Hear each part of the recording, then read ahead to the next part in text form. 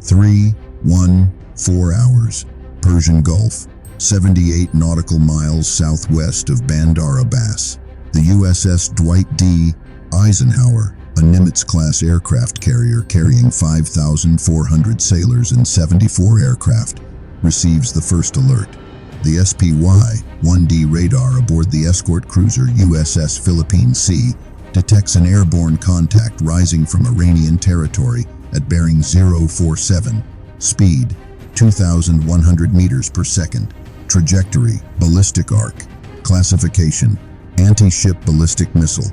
The fire control computer calculates impact in 97 seconds. Target, the Eisenhower. But 8 seconds later, the picture changes. A second contact appears at bearing 051, then a third at 044, then 6 more. In 23 seconds, the radar tracks 11 inbound missiles converging on a single point. The Aegis combat system aboard the Philippine Sea begins engagement calculations. SM-6 interceptors spin up. The Combat Information Center goes to General Quarters. The Eisenhower has 89 seconds to survive the largest Iranian missile strike ever directed at a U.S. carrier. But the missiles were not the weapon. The missiles were the distraction. The real weapon was already 14 nautical miles closer, running silent beneath the surface. To understand what is happening, you need to understand how Iran spent 18 years redesigning its naval doctrine after watching American carrier groups dominate the Gulf. The United States Navy has operated in the Persian Gulf with near impunity since 1991. Carrier strike groups deploy with layered defenses. Aegis radar providing 360-degree coverage, SM-2 and SM-6 interceptors capable of engaging ballistic and cruise missiles, phalanx close-in weapon systems for terminal defense, EA-18G Growlers jamming hostile targeting radars, E-2D Hawkeyes providing airborne early warning, and FA-18 Super Hornets maintaining combat air patrol. No regional adversary has successfully engaged a U.S. carrier in combat. Iran studied this reality. Iran studied the geometry, the timing, the sensor coverage, the reaction patterns, and Iran concluded that the American defense was not unbeatable. It was predictable. So Iran built a strike designed to exploit the prediction. The missiles fired at 0314 were EMAD medium-range ballistic missiles, modified with maneuvering re-entry vehicles. Each carried a 750-kilogram high-explosive warhead. Each traveled at Mach 6 during terminal descent. The Aegis system was designed to intercept exactly this type of threat. The fire control computers aboard the Philippine Sea and the escort destroyer USS Gravely were already calculating solutions. The defense was supposed to hold, but Iran did not design the EMAD strike to penetrate the defense. Iran designed it to shape the defense. The real weapon was a Ghadar-class midget submarine, 29 meters long, diesel-electric propulsion, carrying 2 heavyweight torpedoes. The submarine had departed Bandar Abbas 31 hours earlier, running at 4 knots on battery power, holding a depth of 47 meters. It had crossed into the carrier's projected operating area 6 hours before the missile launch. It was now sitting stationary at a depth of 52 meters, 14 nautical miles northeast of the Eisenhower, directly along the evasion corridor the carrier would use when the missiles arrived. Iran knew how American carriers evade. Iran knew the geometry. Iran positioned the submarine where the Eisenhower would go. The visible attack was only the outer layer. One person aboard the escort destroyer USS Gravely had flagged something 9 hours earlier. Chief Petty Officer Marcus Tennant was a sonar supervisor assigned to the ship's undersea warfare team. His job was to monitor the towed array sonar, track biologics, identify propulsion signatures, and log anomalies. At 1,847 the previous evening, Tennant had reviewed a 16-minute recording from the towed array. The recording contained a faint tonal at 127 Hz that appeared twice, spaced 43 seconds apart. The tonal did not match any cataloged surface vessel. It did not match environmental noise. It did not match known biologics. Tennant logged the contact as Possible submarine, confidence low, bearing 064, recommend passive track. The tactical action officer reviewed the log, assessed the confidence level, and took no further action. There were no other indicators. There was no corroborating data. The contact faded. Tenant did not forget. At 0314, when the first missile alert triggered, the Eisenhower strike group shifted to air defense posture. Every radar focused upward. Every fire control system locked onto the inbound ballistic tracks. The sonar teams continued passive monitoring, but the priority was clear. The threat was coming from the sky. No one was thinking about bearing 064. At 315 to 12, the first SM-6 launched from the Philippine Sea. The missile accelerated to Mach 3.5, climbing toward an intercept point 41,000 feet above the Gulf. At 315 to 19, the missile struck the lead EMAD, detonating the warhead 38 kilometers from the carrier. The Aegis system logged the kill and shifted to the next target. At 315 to 24, the Eisenhower began evasive maneuvers. Standard doctrine: hard turn to starboard, increase speed to 32 knots, open the range, complicate the terminal guidance. The carrier heeled to the right, its wake carving a white arc across the dark water. The maneuver was textbook. The maneuver was predictable. The maneuver pushed the Eisenhower directly toward bearing 064. At 315 to 31, Tennant was at his sonar station aboard the Gravely. The towed array was still streaming. The air defense battle dominated the radio net, but Tennant was watching his waterfall display. At 315 to 38, he saw it. The 127 Hertz tonal reappeared. This time, it was stronger. This time, it was closer. And this time, there was a second signature beneath it. A faint broadband transient, consistent with a torpedo tube flooding. Tennant keyed his intercom. His voice was flat. Possible subsurface contact bearing 058, range estimate 12,000 yards. Transient indicates weapons activity. The tactical action officer aboard the Gravely heard the report, but the Aegis system was engaging the 5th EMAD missile. The Combat Information Center was saturated. The TAO acknowledged the report and forwarded it to the carrier. The message reached the Eisenhower's CIC at 315 to 47. At 315 to 51, the Ghadir submarine fired. Two Type 53 heavyweight torpedoes entered the water at a depth of 50 meters. Each torpedo carried a 400-kilogram warhead. Each ran at 45 knots. Time to impact on the Eisenhower's current track, 3 minutes 42 seconds. But the Eisenhower was no longer on that track. At 315 to 49, 2 seconds before the torpedoes launched, the Eisenhower's commanding officer received Tennant's warning. The captain did not have time to verify. He did not have time to analyze. He had 2 seconds to decide whether to trust a single sonar contact from an escort destroyer in the middle of an air defense engagement. He made the decision. He ordered an emergency turn to port, reversing the evasion and pushing the carrier west instead of northeast. The turn saved the ship. The 2 torpedoes ran toward the intercept point the Eisenhower had vacated 11 seconds earlier. At 319 to 33, both torpedoes reached their programmed search zones and found nothing. They entered re-attack mode, circling at 30 knots, pinging active sonar, but the Eisenhower was now 1,900 meters west of the search basket. The torpedoes did not acquire. At 321 to 7, both torpedoes exhausted their fuel and sank. The missile engagement continued. At 316 to 14, the Aegis system aboard the Philippine Sea destroyed the 7th EMAD. At 316 to 29, an 8th missile penetrated the outer defense layer. Its maneuvering re-entry vehicle shifted course twice during descent, evading the first SM-6 intercept attempt. The missile was 19 seconds from impact. The Phalanx CIWS aboard the Eisenhower activated at 316 to 41, tracking the descending warhead.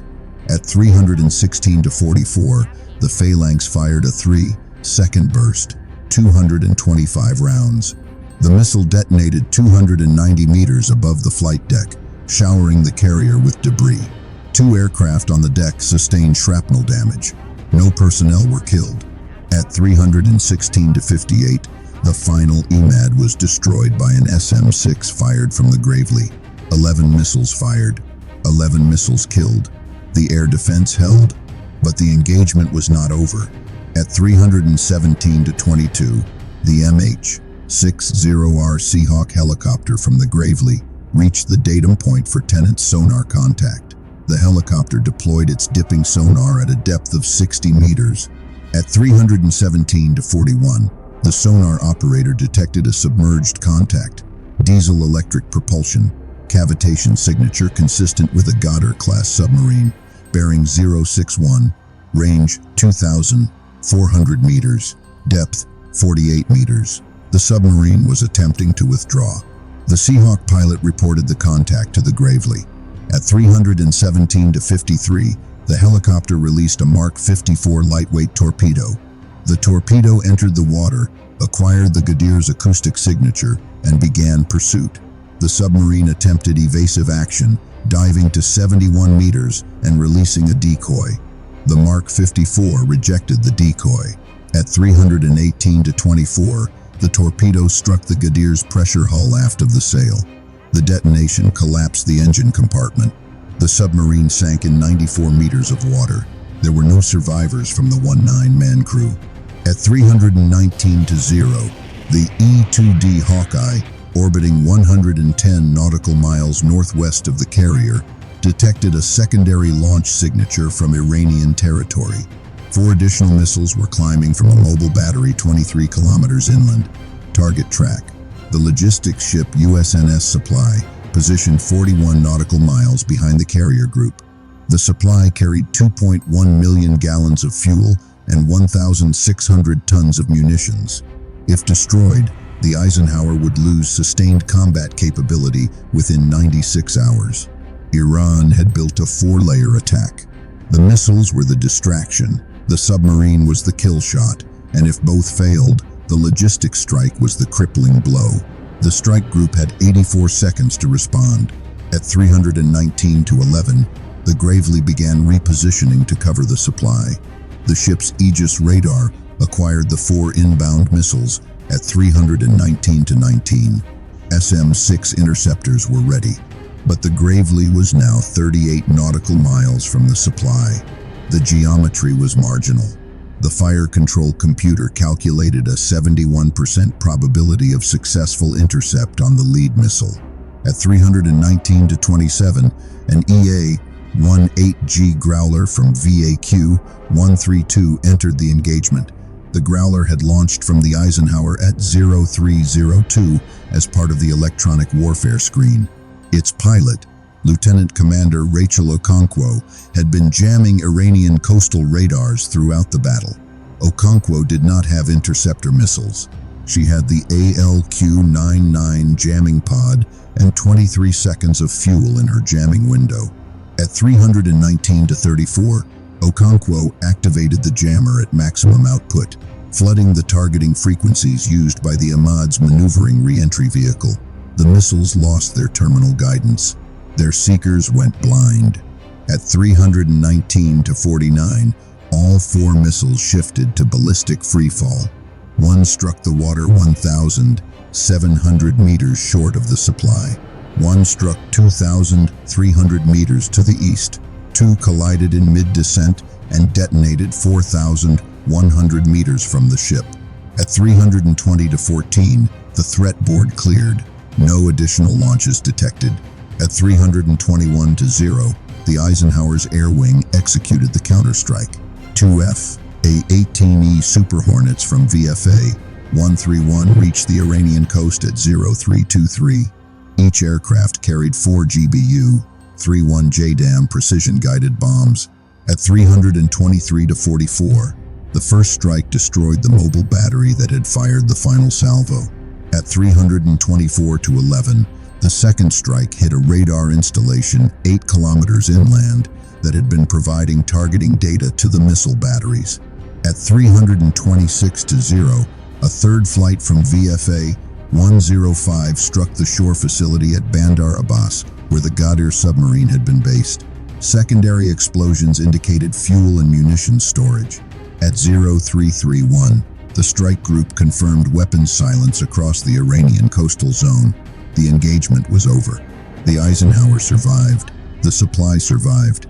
The strike group destroyed 11 ballistic missiles, 1 submarine, 1 mobile missile battery, 1 radar site, and 1 submarine base. Iranian casualties were estimated at 19 submarine crew, 14 missile battery personnel, and 31 base personnel.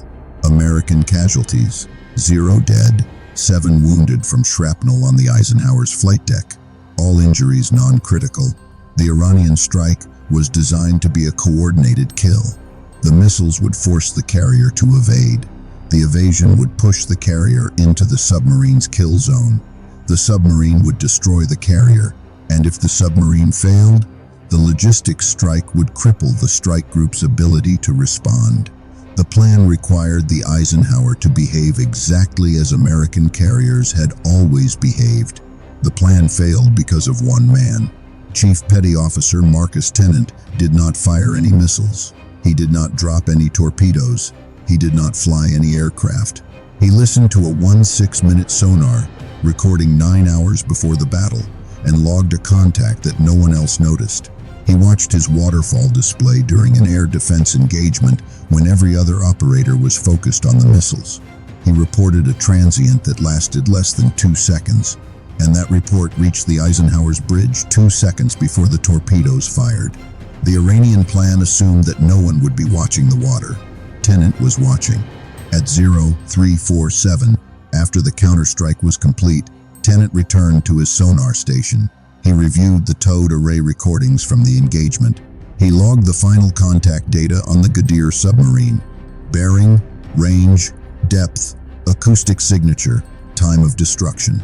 His log entry for the night read: subsurface contact bearing 058, type 53. Torpedo launch detected at 315 to 51. Submarine classified Ghadir, destroyed by Mark 54 at 318 to 24. Recommend updated threat library for 127 Hertz tonal association with Ghadir battery operations. He did not mention that he had identified the weapon that was supposed to sink the carrier. At 0412, the Eisenhower resumed flight operations.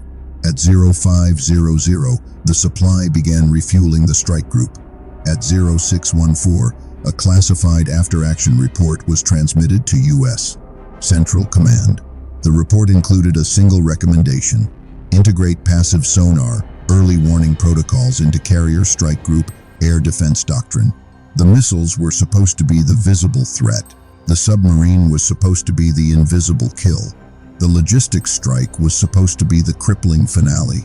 But the real story was a single tonal signature that appeared on a sonar display 9 hours before the battle, logged by an operator who did not dismiss it, and remembered by the same operator when every other sensor on the strike group was pointed at the sky. That was America's response. Not the SM-6 launches, not the phalanx bursts, not the retaliatory strikes on the coast. The response that saved 5,400 lives was a 127 Hertz line on a sonar waterfall, and the chief petty officer who knew what it meant.